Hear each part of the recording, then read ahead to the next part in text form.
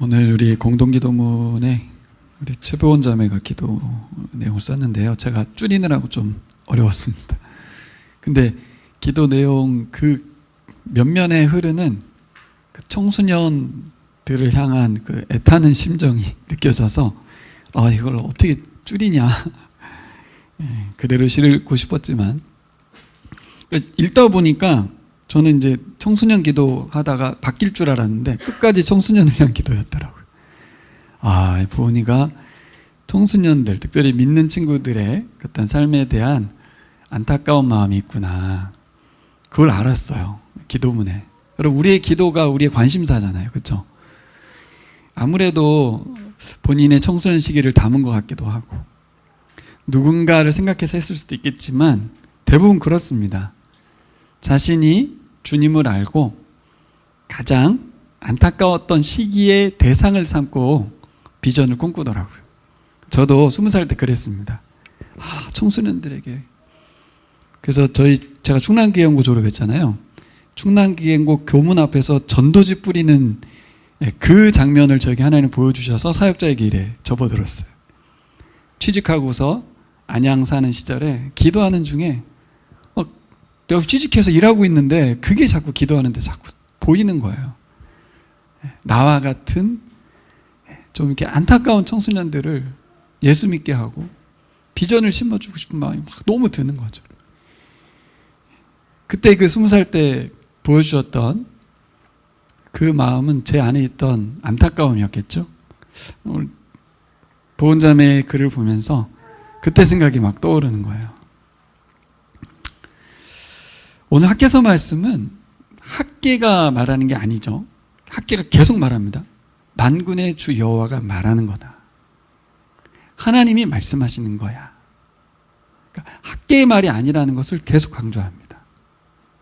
지금 제가 좀 전에 말씀드린 것처럼 저에게 그 그림을 그린 건 제가 꿈꾼 거고 제가 안타까운 것들이 제 상상일 수도 있지만 하나님이 보여주신 그림이라고 좀 믿습니다. 보은자매도 마찬가지일 것 같아요. 내 안에 안타까움을 기도글로 썼지만 하나님이 그 마음을 주시는 거라는 것을 생각하면 그것이 하나님의 비전이라고 좀 보여요. 비전이 뭡니까? 보는 거잖아요. 그렇죠? 보는 거예요. 하나님 보여주시는 걸 보는 건데 이 다음 세대를, 신앙의 세대를 정말 견고하게 잘 세워서 하나님 앞에 헌신된 자들로 세워가야 된다. 거의 청소년 사역자 같은 기도를 이렇게 써가지고 저에게도 감동이 되고 하나님도 그 마음을 주셨는데 그거를 기도를 통해서 계속 하는 이제 21살 밖에 안 된 청년이 이런 기도를 하는 게 너무 좋죠. 21살 청년이 이런 기도하는 친구가 어디 있어요, 세상에. 그렇죠? 자기 살기도 바쁘고 나 취직해야 되는데 나 결혼해야 되는데 그렇죠? 오늘 학개도 그렇습니다. 당황스럽죠. 학개가 예언하라고 하나님 주신 말씀을 예언을 할 때 굉장히 당황스럽습니다. 여러분 학개서가 불편하지 않으셨나요? 여러분은 그렇게 불편하진 않았을 텐데 듣는 이스라엘 백성들은 도대체 이 말을 듣는데 시험이 안 들 사람이 몇 명이나 있을까 싶은 그런 말씀이 이 말씀이에요. 지난번에도 1장 보셨죠? 네, 1장 4절 3절 4절 보면 학개 예언자가 주님의 말씀을 받아 전한다. 뭐라고 하셨어요? 성전이 이렇게 무너져 있는데 지금이 너희만 잘 꾸민 집에 살고 있을 때란 말이냐? 이러면서 너희는 씨앗을 많이 뿌려도 얼마 거두지 못했고 먹어도 배부르지 못하고 마셔도 만족하지 못하고 입어도 따뜻하지 못한 품꾼이 품삯을 받아도 구멍난 주머니에 돈을 넣음이 되었다. 왜 그런 줄 아냐? 내가 그렇게 한 거야. 너희들이 성전은 안 짓고 너희들 집만 짓고 편안한 삶을 살아서 내가 그렇게 한 거야. 여러분 이렇게 말하면 어떻게 들리십니까, 여러분? 화가 나지 않습니까? 성전 안 짓는다고 지금 우리를 이렇게 했다는 거야? 그러면서 산에 올라가서 나무를 베서 성전을 지으라는 거예요. 근데 여러분 이 말씀이 지어진 때도 중요하잖아요. 그렇죠? 앞에 우리가 읽었던 성경 말씀과 연결해 보면 에스라 말씀과 연결해 보면 성전 건축이 15년, 16년째 멈춰있던 상황에서 주어진 말씀이거든요. 마치 우리가 신앙생활을 15년 정도, 16년 정도 하지 않다가 갑자기 일어나서 너 왜 그러고 있냐? 하나님 앞에 예배 안 드리고 뭐하냐? 넌 너만을 위해서 하냐? 뭐 하는 짓이냐? 막 이런 거하고 똑같아요. 그리고 너 지금 많이 힘들지? 그거 내가 그렇게 한 거야. 막 이러면서. 그러면 듣는 마음이 어떨 것 같아요? 제가 오늘 설교 제목을 뭐라고 했습니까? 왜 성전을 지어야 되지? 그래서 저는 삭개서 말씀을 읽으면서 이게 설득이 됐나? 진짜 예언자의 말씀이 어떻게 들렸을까 하는 거예요. 여러분, 이 본문은 대부분 이 시대에 진짜 건물 건축할 때 목사님들이 설교로 하십니다. 진짜 이 건물 건축하는 것에 적용을 하세요. 전 그렇게 하면 안 된다고 저는 생각하는데 유혹이 오죠, 유혹이. 너희들 집만 이렇게 넓혀가고 막 잘 사냐? 하나님의 집을 건축해야 되지 않냐? 이렇게 말할 수 있죠. 근데 이 시대에 저는 교회 건물이 하나님의 집이다라는 말에 동의가 잘 안 돼요, 사실은. 그렇게 오해하시면 안 됩니다. 오늘 설교도 잘못 오해하시면 안 되기 때문에 먼저 말씀을 드리는 거예요. 자, 오늘 말씀을 통해서 우리가 하나님이 이 말씀 한다고 설득되지 않을 것 같은 이 말씀을 왜 하시지? 그렇다고 이 삭개서 말씀을 들은 이스라엘 백성들이 막 우리가 잘못했구나, 맞다, 우리 집만 짓고 살고 있구나, 나 내 인생만 챙겼구나, 하나님의 성전을 지으러 산으로 가서 나무를 베러 가자, 그렇게 했을까? 의문이 드는 거죠, 의문이. 3절 보겠습니다. 하나님이 질문을 합니다. 그 대상은 스룹바벨 총독, 여호수아 대제사장, 그리고 남아있는 백성들이라고 기록되어 있습니다. 뭐라고 되어 있습니까? 제가 새 번역을 보시면서 제가 개역 개정판 번역으로 진행을 합니다. 이 성전의 이전 영광을 본 자가 있느냐? 두 번째, 이제 이것이 너희에게 어떻게 보이느냐? 세 번째, 이것이 너희 눈에 보잘것이 없지 않느냐? 라고 질문을 하세요. 화려함과 규모가 신의 능력이고 자신들의 복의 사이즈라고 생각했던 사람들에게 물어보는 거예요. 지금 짓고 있는 이 성전을 생각하면 너희들 마음 불편하지 않니? 이렇게 초라한 작은 신전을 짓는 것이 너에게 어떤 의미가 있니? 이렇게 묻는 거죠. 근데 제가 이걸 묵상하면서 아까 누구를 대상으로 말한다고 했어요? 이런 생각을 일반 백성들만 하는 게 아니라는 거예요. 누구도 하고 있어요? 페르시아에서 이 사람들 이끌고 왔던 총독 스룹바벨도, 그리고 대제사장 여호수아도 이 말씀의 대상자라고 하면 백성들만 그 생각을 하는 게 아니고 지도자들도 모두, 그러니까 사람은 다 똑같은 거예요. 목사가 됐든 선교사가 됐든 큰 거 좋아하고 웅장한 거 좋아하고 보여지는 게 중요한 거죠. 그러니까 짓고 있는, 주도하고 있는 세력들인 지도자들조차도 이게 의미를 부여할 수가 없는 거예요. 왜요? 보이는 게 너무 초라하고 재료도 엉망. 뭐에 비해서? 이전에 영광스러웠던 솔로몬 성전에 비해서. 자, 그 다음 다시 하나님은 세 번에 걸쳐서, 세 번 하는 이유가 아마 대상이 세 부류이기 때문인 것 같아요. 여기는 힘을 내어라고 세 번역은 번역했지만 뭐라고 돼? 스스로 굳세게 하라, 이런 표현을 썼어요. 한번 따라 볼까요? 스스로 굳세게 하라. 네. 그래서 여러분, 저는 내년에 매일 성경 세 번역도 나온다는데 그냥 개역 성경으로 하세요. 우리는 세 번역 성경이 있기 때문에 개역 성경을 동시에 볼 수 있어서 좋아요. 스스로 굳세게 하라와 힘을 내어라는 다르잖아요. 분명히 번역이 다르죠. 근데 스스로 굳세게 하라는 말이 무슨 뜻일까? 저는 이렇게 생각합니다. 스스로 굳세게 하라는 말은 그런 생각에 머물지 말라는 거예요. 신전이 규모가 커야 하고 화려해야 되고, 그래야 우리 신의 능력이 창궐한 것이고, 그래야 우리도 복도 커질 거라고 하는 그 생각 버리라는 거죠. 그런 가치관에 사로잡혀 살지 말아라. 총독도, 제사장도, 백성들도 모두 그런 눈에서 바뀌어야 된다. 하나님은 지도자만이 아니라 백성들 모두 바뀌길 바라요. 처음에 스룹바벨하고 여호수아에게만 말을 하고 말았다면 지도자들의 눈을 바꾸려고 했겠지만 하나님은 무슨 마음이냐면 백성들 모두 바꿔야 된다는 거예요. 그러니까 이상한 목사만 세속적 가치관을 버리고 하나님 나라 가치관을 가져야 되는 게 아니라는 거죠. 그럼 동의가 좀 되세요? 이 마음을 여러분들이 좀 아셨으면 좋겠어요. 우리는 평신도라는 단어를 통해서 목사나 선교사처럼 전임 풀타임 사역자들은 그런 시각 속에서 그렇게 세상을 살아가야 한다는 생각을 하지만 반면에 평신도라는 단어가 좋지 않은 단어잖아요. 일반 성도들은 그냥 일반적인 사람이니까 안 그래도 된다 이 생각을 하는 거예요. 보라훈련 중이거든요. 우리 최현진 집사님 조 나눔을 제가 다 듣습니다. 거기 평신도조인데 한 권사님이 그런 솔직한 나눔을 하셨어요. 이분이 목장 리더인데 멤버들에게 확신에 찬 조언을 하셨대요. 뭐라고 했냐면 우리는 안 된다. 안 되는 걸 우리가 노력할 필요가 없다. 그런 건 예수님이니까 하는 거다. 혹시나 사역자들이나 하는 거지 우리는 안 된다. 그러면서 뭐라고 했냐면 괜히 힘들게 용 쓰지 마라. 적당히 해라. 이렇게 가르쳤다는 거예요. 아주 강하게 확신을 가지고. 그런데 이번 보라훈련을 받으면서 자신이 잘못 가르쳤다는 걸 알았다는 거예요. 이 말인즉슨 나와 우리 평신도들도 변화되고 바뀔 수 있다는 걸 알게 되셨어요. 대단한 변화죠. 그동안 그러면 왜 이런 말을 했냐? 그 변화의 주체가 나라고 생각했기 때문에 우리라고 생각하니까 우리는 안 된다가 맞는 말인 거죠.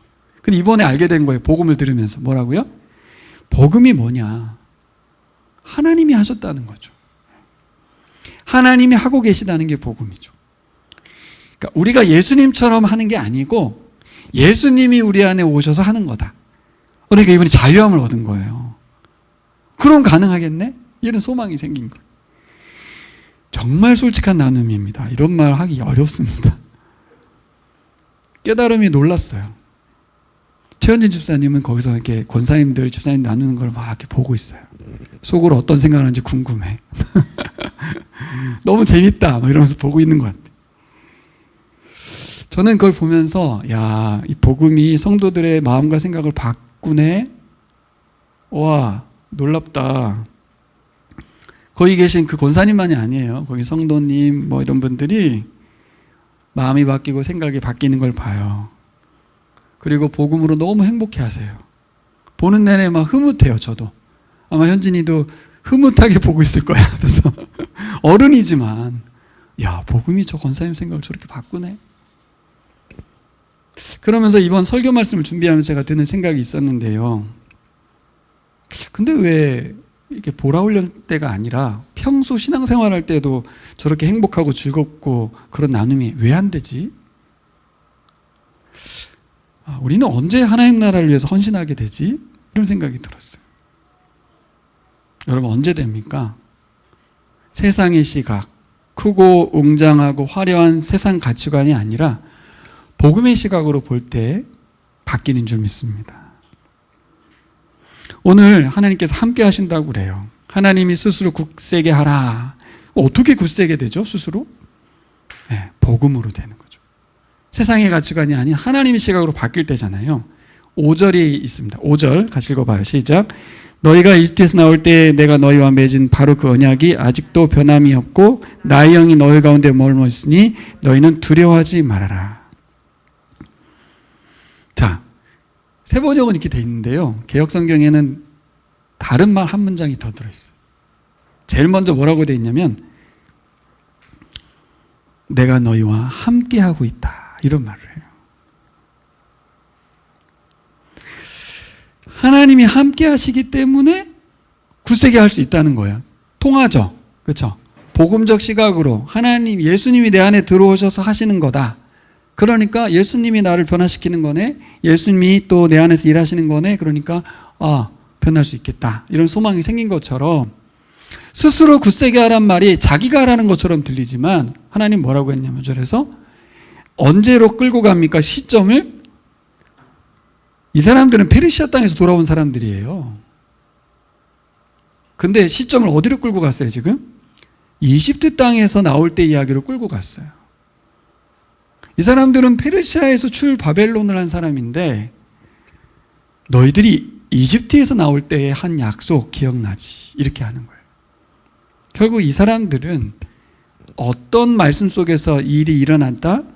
출애굽의 하나님, 시내산에서 주셨던 그 언약의 하나님의 후예인데 이 말씀이 지금도 유효하다는 거죠. 그 하나님의 약속에 의해서 지금 여기 와 있다는 거예요. 저를 보세요. 이게 우리에게도 연결됐으면 좋겠어요. 여러분이 출애굽의 노예라는 생각이 후예라는 생각이 드세요? 나는 페르시아에서 탈출한 건데, 나는 대한민국에서 예수 믿었는데, 난 노예가 된 적이 없는데. 아닙니다. 오늘 본문을 그대로 적용해 보면 여러분들 모두가 출애굽의 하나님의 자녀들인 거예요. 그럼 시내산 언약도 연결되어 있는 거예요. 그럼 이렇게도 말해볼까요? 여러분, 에덴 동산의 아담의 후예라고 생각하세요? 아브라함의 후손이라는 생각은 드세요? 잘 안 들죠. 이게 이제 성경적 시각이고 복음적 시각입니다. 나는 대한민국 사람이고 우리 엄마의 아들이고 뭐 아빠의 아들이고 좀 더 높이면 나를 전도한 분 통해서 내가 예수 믿었고 이렇게만 시각 보지 말고 맞습니다만 엄마를 통해서 태어났고 그분을 통해서 예수 믿긴 했지만 사실은 시작은 어디부터? 아담과 아브라함과 출애굽의 하나님으로부터입니다. 할렐루야. 네.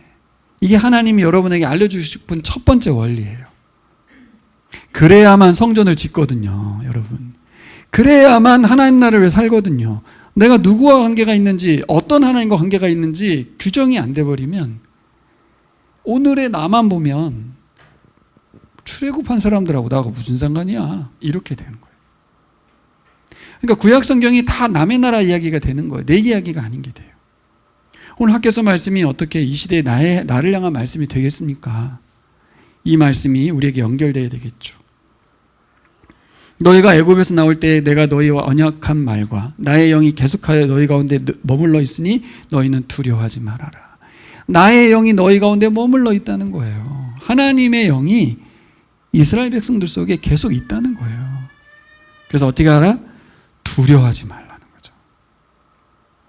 이게 두려워하지 말라는 시대적인 의미가 있습니다.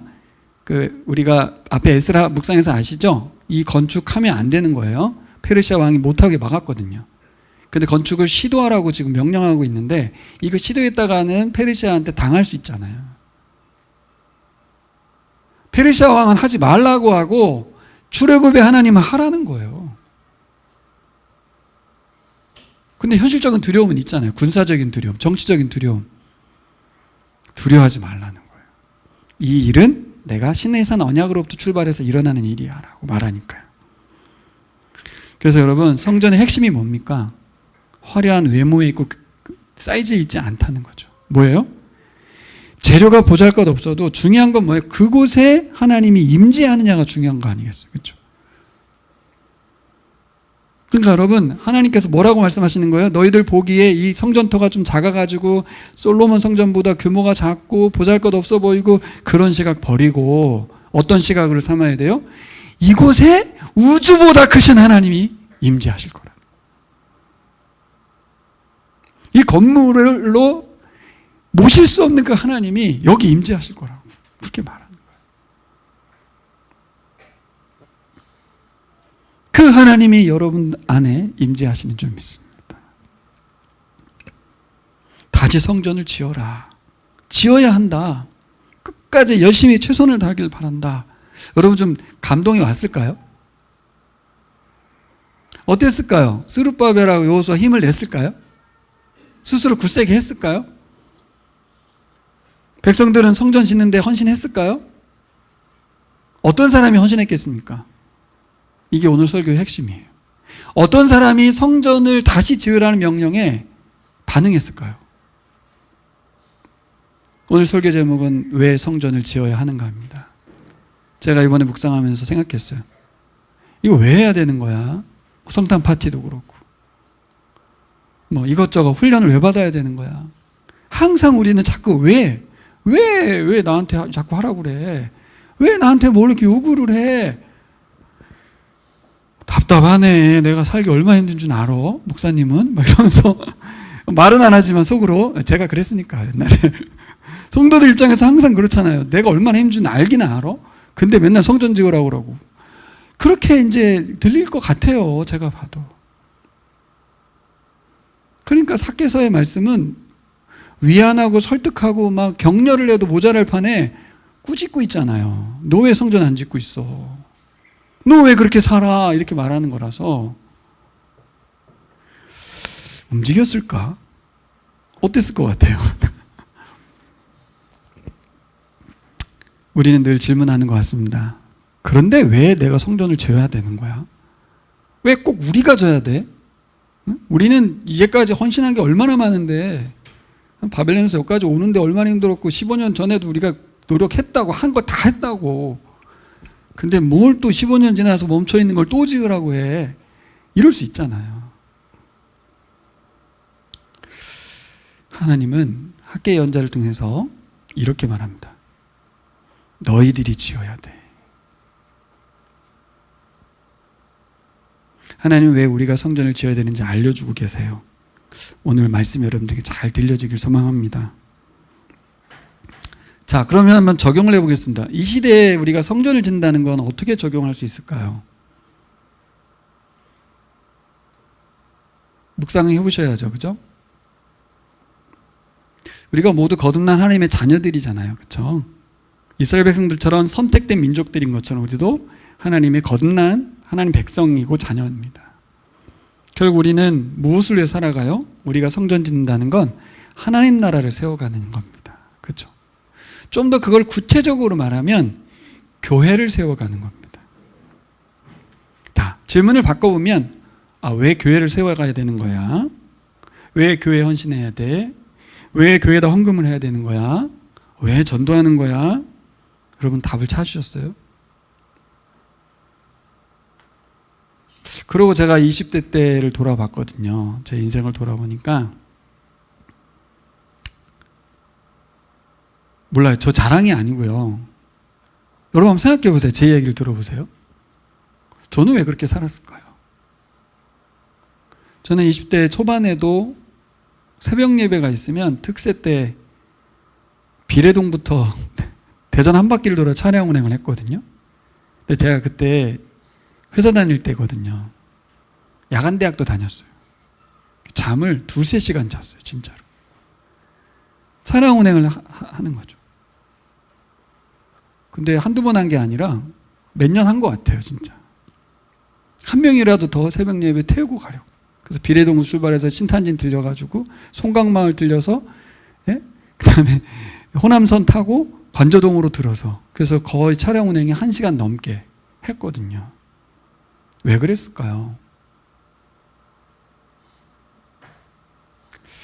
전 목사님께서 교회에 일이 있어서 이렇게 오라고 전화를 하면 저는 다른 주저함이 없어요. 제 우선순위로 잡혀요. 그게. 왜 그랬을까요? 돌아보면 저는 교회를 위해 살았어요. 교회가 저의 전부였고. 그러니까 제가 개척 나오고 나서도 그렇고 새로운 게 있으면서도 교인들에게 계속 교회를 위해 살아라 그렇게 말을 했지만 어떻게 들렸을지 모르겠어요. 너나 그렇게 잘 살아 이렇게 했을지 모르겠어요. 저는 왜 그랬을까요? 하나님은 오늘 이스라엘 백성들에게 성전을 지으라고. 너희들 여기 성전 지으러 온 거야. 성전 짓는 게 니들이 사는 이유야. 이렇게 말하는 거거든요.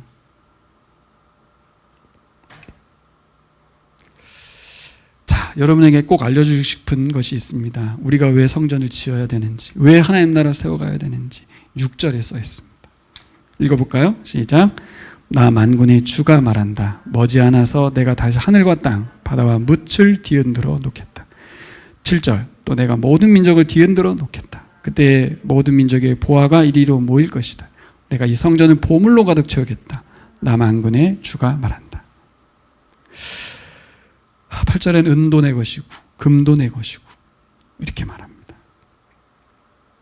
어떻게 들렸을까요, 이 말이? 일단 이들이 들을 때는, 자, 그때로 돌아가 보세요. 그때 하나님 말씀 이렇게 들렸을 때 그들은 뭘 상상했겠어요? 아, 우리나라가 페르시아처럼 커지는 건가? 페르시아처럼 뭔가 강력한 나라가 되는 건가 보다. 하나님이 그렇게 뭔가 큰 은혜를 우리나라에게 주나 보다. 왜냐하면 성전에 보물이 가득한다고 그러고. 자, 은도 내 것, 금도 내 것은 무슨 뜻입니까?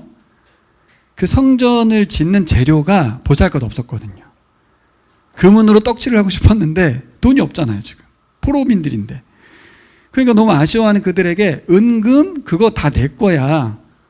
그러니까 그걸로 뭐 너희들이 하고 싶은 마음 알겠는데 그거 안 해도 은금 자체가 내 거라서 너희들이 그렇게 뭐 재료를 좀 못한 거에 대해서 그렇게 신경 쓰지 않아도 돼. 어떻게 들리세요? 근데 여러분, 이런 해석이 당시에는 그랬을 텐데 실제 이스라엘은 그렇게 되지 않았어요. 성전에 보물이 가득 찬 적도 없고 그 나라가 페르시아처럼 강해지지도 않았어요. 그러면 뻥인가 이게? 이걸 어떻게 해석해야 돼요? 이 말씀을 어떻게 해석해야 되냐고요. 그리고 아까 제가 읽었던 20절부터 그렇죠? 말씀이 있잖아요. 하늘과 땅을 뒤흔들어 놓겠다. 22절. 왕국들의 왕좌를 뒤집어 엎겠다. 이거 진짜 그냥 하는 말이 아닌데 각 민족에서 왕국들의 권세를 내가 깨트리겠다 했거든요. 자, 현실적으로 보세요. 저를 보세요. 식민 지배하에 있고요. 포로지에서 왔고요. 왕에 의해서 성전 건축이 멈췄고요. 그래서 막 일방적으로 하나님이 하라고 그래가지고 하고는 있는데 기초만 놓은 상황이었어요. 그런 상황에서 그들이 뭘 그리고 이제 하나님 아시는 거 아니에요. 너무 초라하다. 이런 마음을 갖고 있는 그들에게 이 말을 한 거잖아요.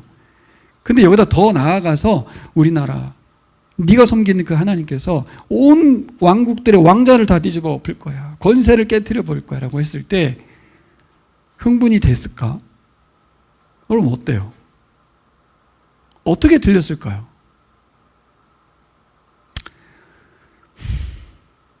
이 말씀이 들리는 사람만이 성전 건축에 올인했을 거예요. 근데 이 말씀이 안 다가오는 사람은, 그러니까 이 세상 가치관이 여전한 사람은 뻥이라고 여겼겠죠. 1차적으로 그들은 이 말씀을 어떻게 듣고 받아들이냐에 따라 그 다음 행동이 달랐을 거예요. 지금 우리도 마찬가지예요. 우리가 현재 상황에서 하나님 나라를 위해서 헌신하고 뭔가를 드리는 데 있어서 무엇이 우리를 성전 건축에, 하나님 나라 헌신에, 뭐 훈련, 아까 우리 최원자매도 말했지만 훈련에 내가 반응하고 수용할 수 있는가, 무엇이 나를 바꾸겠는가, 결국 하나님이 어떤 분이신지를 아느냐에 따라서 바뀌는 거예요. 모든 게. 그 하나님을 어떤 분인지로 내가 인식하고 받아들이냐에 따라서 모든 게 바뀌는 거예요.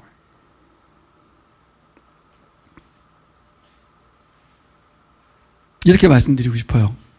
내가 행동하고 있는 그만큼만이 내가 하나님 아는 거다. 그럼 그것을 제가 여러분에게 질책하고 싶은 게 아니고 하나님도 알아가시면 좋겠어요. 하나님도 아시면 그 아는 만큼의 하나님께 헌신할 거라고 저는 믿습니다. 여러분, 이 말씀이 어떻게 성취되는지 아시죠? 하늘과 땅이 진동한대요. 여러 왕국들의 보좌를 엎는데요. 이게 어떻게 성취됐습니까? 예수 그리스도를 통해 성취됐어요. 유대인들도 그렇고 우리도 그렇고 이 말씀은 문자 그대로 하면 뭔가 강력한 군주가 나타나가지고 모든 왕들을 점령하고, 그죠? 알렉산더 대자 같은 사람이 나타날 거라고 생각을 할 것 같은데 하나님의 방식은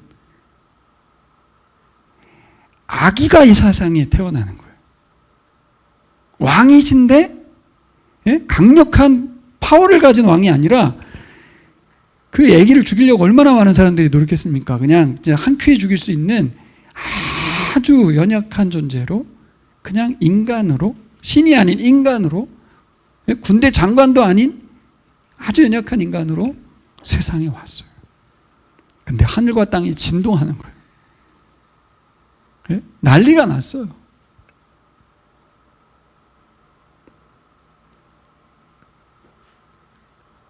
어떻게 적용할 수 있어요? 사람들이 어떻게 난리가 났어요? 예수님 이 땅에 오셔서 가난한 사람으로 사셨잖아요. 그리고는 십자가에 매달려 죽었거든요. 근데 인류 역사상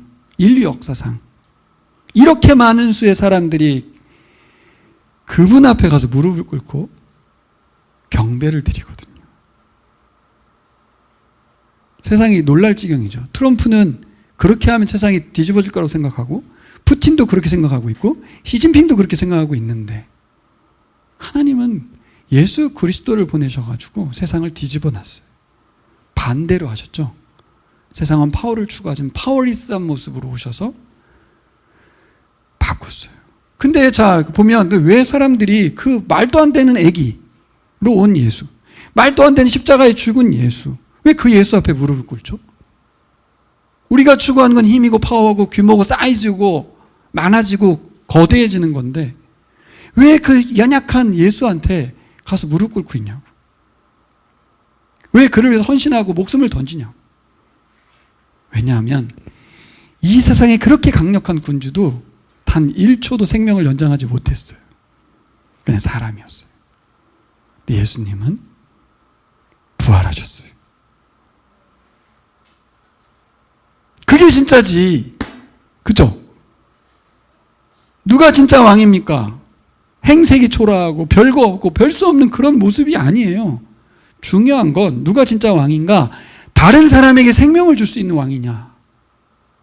그를 위해서 진짜 자신의 목숨을 던질 수 있는 왕이냐? 이게 중요했죠. 그걸 깨달은 사람들이 예수 앞에 다 무릎을 꿇은 거예요.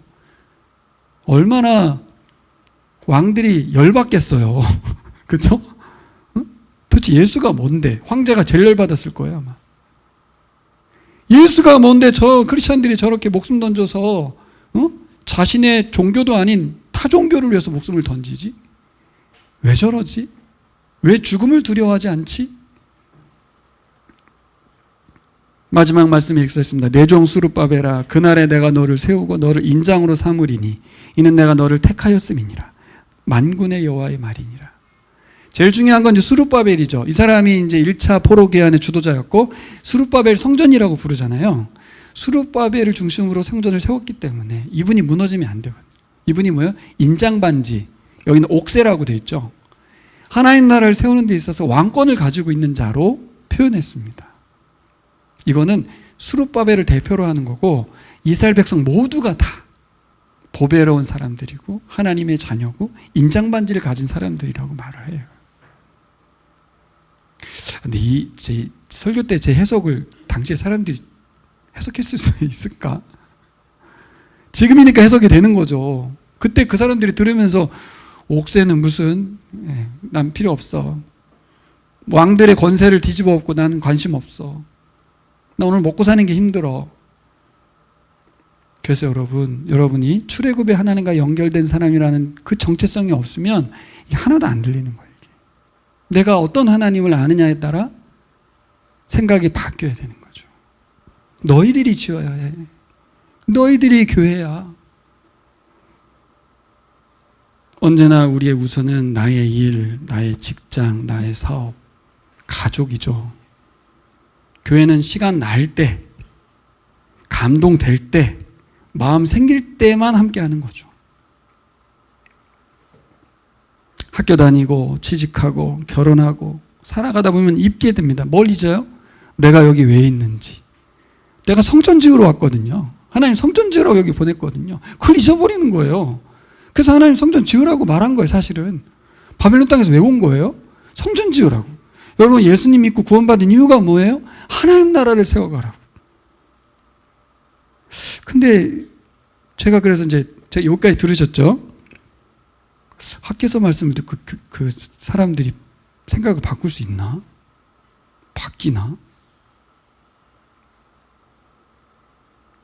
학개서 말씀은 우리의 눈과 귀를 이 세상에서 하늘로 바꾸라고 말하고 있습니다.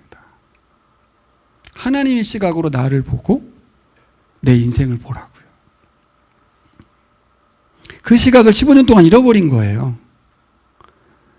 누가 봐도 합리적이잖아요. 사업상 안 되는 건데 뭐. 그렇죠. 지금 15년 동안 멈췄는데 왕도 하지 말라고 했는데 뭐 느닷없이 성전 건축이냐. 이렇게 초라한 성전 지으면 뭐하냐. 제대로 지어야지. 얼마나 합리적입니까? 근데 하나님은 지으라는 거예요. 중요한 건 내가 거기 임재하냐가 중요한 거지 너희들이 생각하는 것처럼 크고 화려한 건 중요하지 않아. 무슨 말 하는지 아시겠죠? 중요한 건 결과가 아니에요. 숫자도 아니에요. 하나님의 부르심에 맞게 우리가 반응하느냐가 중요하다는 거예요. 초청하는 거예요. 초청하는 거예요. 어떤 하나님이?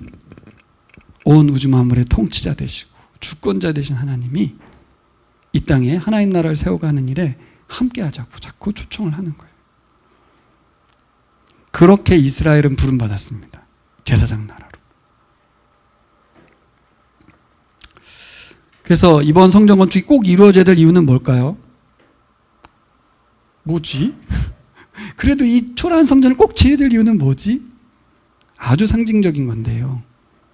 하나님이 살아계심을 드러내는 보이는 가시적인 결과물이 되는 거예요. 왜요? 이스라엘 백성들이 말도 안 되는 출바벨론을 했잖아요. 그렇죠? 성전 건축하러 왔어요. 그 자체가 굉장한 기적 같은 일이지만 결과적으로 성전 건축이 안 되면 아무것도 안 된 거예요. 하나님의 약속의 성취는 그래서 70년을 계산할 때 여러분 성전 건축으로 70년을 완성한다고 봐요. 다. 그러니까 70년째 되는 해 포로에서 온 게 아니고 성전 건축이 완공된 걸 기점으로 해서 70년 포로 생활을 잡더라고요. 그러니까 땅에 온 게 중요한 게 아니고 고레스가 칙령을 내린 게 중요한 게 아니고 결국 이스라엘 백성들이 하나님의 언약의 성취 이 땅으로 돌아와서 다시 하나님이 임재하시는 하나님과의 만남이 이루어지는 회복이 일어나는 것이 성전 건축의 완공의 의미입니다. 그걸 해야 되는 거죠. 우리는 하나님 나라 헌신한다는 게 뭐겠어요? 우리가 생애 사는 동안에 하나님께 세워가실 궁극적인 하나님 나라의 그렇죠? 과정 중에 우리가 동참하는 거죠. 동참하는 거. 여러분이 한번 적용 한번 해보세요. 나는 과연 어떤 부르심과 도전과 초청 앞에 우선순위를 하나님께 두게 될 것인가? 아니면 내 스케줄과 내 삶과 모든 것에 그걸 가지고 교회를 이제 조정할 것인가? 딱 그것이 갈려 있어요. 그래서 제가 아까 오해하지 말라고 한 것은 그 청년의 그 어떤 결정이 자신이 지금 신앙 상태와 마음 상태를 보여주는 거거든요. 그 집사님도 마찬가지고요. 그래서 제가 헌신을 좀 독려를 했거든요. 근데 헌신을 독려한다고 되는 게 아니라 하나님이 어떤 분이신지 이 사역의 가치, 이 캠프의 의미, 또 이것을 통해서 나에 대한 하나님의 부르심 이런 것들이 확인돼야 되는데 가야 확인이 되죠. 여기서는 잘 안 돼요. 그곳에 가면 하나님께서 이래서 부르셨구나. 아까 재원자매가 간증 속에 담았지만 자신이 하기 전에는 그냥 뭐 거절하기도 뭐해서 그냥 했다. 하고 나니 하나님 뜻이었다. 2번 해보고 나니까 세 번째도 하면 하나님 뜻일 수 있겠구나라는 것을 수용하겠다. 제가 대신 써주진 않았습니다. 어떻게 이런 깨달음이 가능할까? 그러니까 하나님께서 이 훈련을 통해서 뭔가 계획하시고 이루셨다는 걸 알았기 때문이겠죠? 하나님 알았으니까.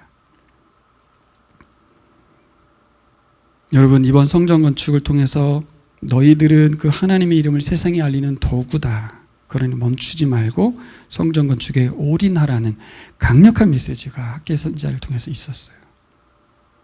아마도 제가 보기엔 먼저 리더십들이 독려했겠죠. 해석을 해줬을 겁니다. 우리 하나님이 페르시아 황제 위에 계신 분이야. 이 비전의 말씀을 붙들고 우리 하자. 그게 구체적으로 어떻게 될지 모르나 하자.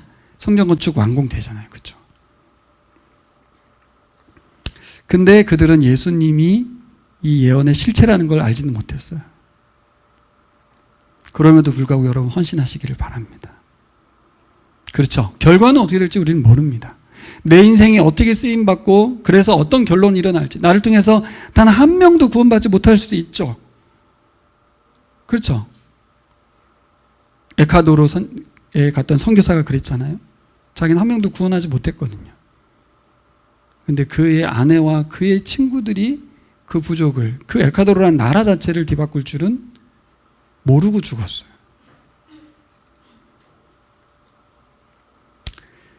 여러분, 눈을 열어서 하나님 말씀이 성취될 것을 믿는 눈이 열리기를 소망합니다. 여러분, 하나님이 어떤 분이신지를 알게 되면 여러분들의 삶이 하나님께서 요구하고 요청하시는 대로 그 뜨거움 속에 반응하게 될 줄 믿습니다. 시작 자체로 우리 보온잠 이야기를 했는데, 저도 그 20살 때 조 목사님께, 목사님 저 이러이러한 비전이 있어요 그랬더니, 내가 그럴 줄 알았어, 너 목사 된다고 할 줄 알았어 그러더라고요. 그래서 제가 전 목사 될 마음이 없어요, 그냥 청소년들에게 복음을 전하고 싶을 뿐이에요. 정말 그랬어요. 그때부터 지금까지 똑같아요. 그러니까 그 나중에 알고 보니까 사역자가 되는 거라고 하더라고요. 그래서 신학교도 갔지, 신학교를 가는 게 목표는 아니었어요. 그러니까 저는 지금도 목회자라기보다는 전도자의 마음이 더 강한 것 같아요. 그러다가 이렇게 교회에서 여러분들과 함께 복음을 전하는 사역을 하고 있습니다. 기도 부탁할 게 있어요. 이제 우리가 11월 말까지 제가 보라캠프를 하는 것을 여러분들에게 전화도 하고 영상도 보내고 설득도 하고 했는데, 한 분 한 분이 참 소중한 분들입니다. 그러면서 기로에 있는 거죠. 뭘 하고 안 하고가 중요한 건 아닌데, 결국 첫 번째 세대의 사역은 조 목사님을 위주로 제가 부교육자로서 한 텀 정도 목사님들과 함께 이 일을 해왔다면, 이제 이게 진짜 가치 있고 의미 있는 일하면 계속 해야 할 텐데, 그 할 사람들이 결국 이제 그 마음을 품은 또 확대된 보라의 은혜를 입었던 그분들이 모여서 하면 되긴 하는데, 각 목사님들은 자기 교회가 우선이거든요. 연합사역보다는. 그리고 뭐 보라는 각자 알아서 하면 되죠. 연합사역 안 할 수도 있는 거죠. 하지만 저는 한번 하나님 앞에 히스기야의 심정으로 파벌을 보내본 겁니다. 그리고 만나서 한번 캠프 때 설득을 해보려고 하는 거죠. 우리가 이제까지 한 10여 년 넘게 이렇게 캠프를 혜택을 입고 왔고, 또 복음을 듣고 왔고, 지금까지 하나님이 이렇게 은혜를 베푸셨는데, 향후 우리가 이 사역을 이 지구상에, 이 대한민국 땅에서 또 이 이주민까지도 확대되고 있는 이 사역을 지속적으로 할 의향이 있는지, 아니면 그냥 각자 알아서 할 건지. 결국 하나님이 원하신다는 마음이 드는 분들이 반응할 거라고 저도 봅니다. 기도해 주시면 좋겠어요. 그래서 이 주도는 그냥 내가 해야 되는구나. 여러분들이 함께 우리 교회가 마음을 같이 하고 기도하면서 이 사역이 멈추지 않았으면 좋겠다, 이런 생각이 있어요. 얼마나 귀하고 존귀한 사역인가. 제가 최원자매에게 간증문 쓸 때 그렇게 말했어요. 간증문 쓰는 게 막연하면 방법을 알려줄게. MMTS 훈련을 안 받았으면 어땠을 것 같은가 생각해 보면 돼. PSP 훈련을 안 받았으면 어땠을까를 생각해 보면 돼. 그러면 내가 뭐가 바뀌었는지를 알 수 있고, 마찬가지입니다. 우리 보라사역이 없으면 어떻게 되는 건가? 있으면 뭐가 다른 것인가? 행사를 하는 자체는 의미가 없어요. 성전 건축 자체는 의미가 없어요. 하지만 그 속에 임재하신 하나님이 중요해요. 제가 오늘 설교를 준비하면서 여기 기도문을 보면서 제가 감동이 된 거죠. 이 청소년 다음 세대를 향한 이런 뜨거운 마음을 가진 21세 청년이 있다니, 하나님이 마음 주시는 거라고 생각해요. 우리 교우들 속에도 각자의 부르심은 물론이고 우리 교회를 향한 부르심이 있는 줄 믿습니다. 그 부르심 여러분들도 우선순위를 잘 적용하면서 그렇게 살았으면 좋겠습니다. 기도하겠습니다.